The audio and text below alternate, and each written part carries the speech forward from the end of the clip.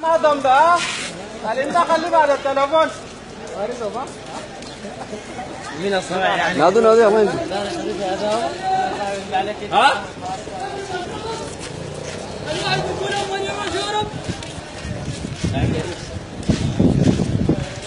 اتحداكم كان تاجر بصر ولا تاجر قبل المظاهرة.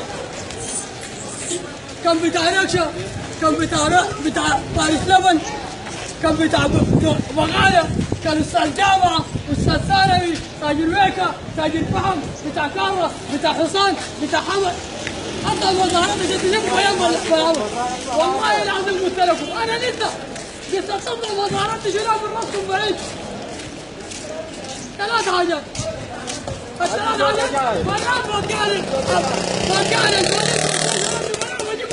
هاي شاي كيف يجيكم في محله هاي شاي